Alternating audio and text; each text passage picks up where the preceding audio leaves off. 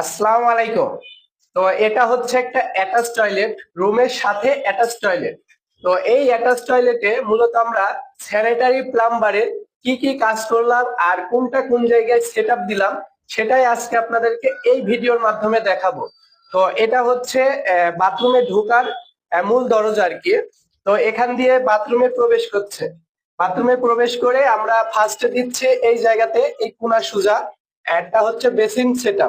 তো এখানে হচ্ছে থাকবে বেসিন, তো তারপরে থাকবে সেল, তারপরে থাকবে একটা সুন্দর মিরর। তো এখানে বেসিনের জন্য এই যে অ্যাঙ্গেল স্টপ ককের পয়েন্ট আমরা করে রেখেছি।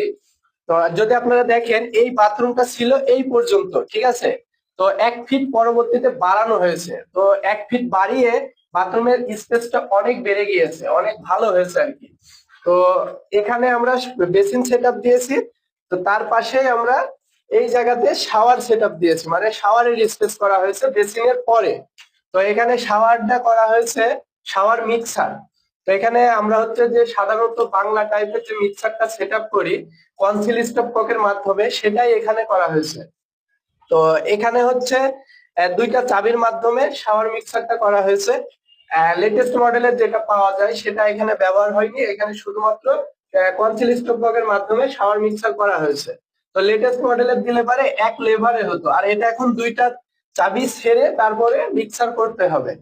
তো এখানে হচ্ছে আমরা বালতি ট্যাপের পয়েন্ট দিয়েছি দুইটা, একটা হচ্ছে গরম পানির, একটা হচ্ছে ট্যাঙ্কির পানি, ঠান্ডা পানির আর কি। তো এখানে এই ট্যাপটা পয়েন্টের মাঝ বরাবর আছে 6 ইঞ্চি, এখানে চাইলে পারেও ভাত মিক্সার অথবা বালতি মিক্সার যে যেটাই বলেন না কেন সেটাই লাগাতে পারবে। তো এখানে আরো দিয়েছি ওয়াল শাওয়ার, তারপরে দিয়েছি আমরা সিলিং শাওয়ার। তো যার যেটা ভালো লাগবে সে সেটা ব্যবহার করবে। দেখা যাচ্ছে আপনার সিলিং শাওয়ার ব্যবহার করতে তার ভালো লাগছে না, ওয়াল শাওয়ার লাগাবে।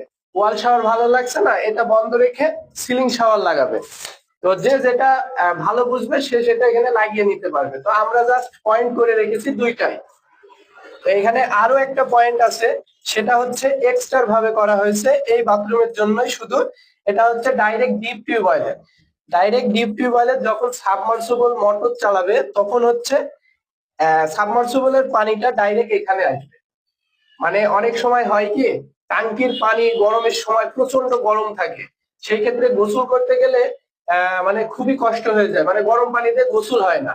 তো সেই ক্ষেত্রে মোটর ছাড়লে পারে এখানে হচ্ছে ডাইরেক্ট ডিপ টিউবওয়েলের পানিটা চলে আসবে, খুবই মজা করে গোসলটা করতে পারবে, ঠিক আছে। তো এই পয়েন্ট গুলো আমরা এক লেভেলে রেখেছি, যদি আপনারা দেখেন একই লেভেলে রেখেছি, এতে করে ট্যাপ গুলা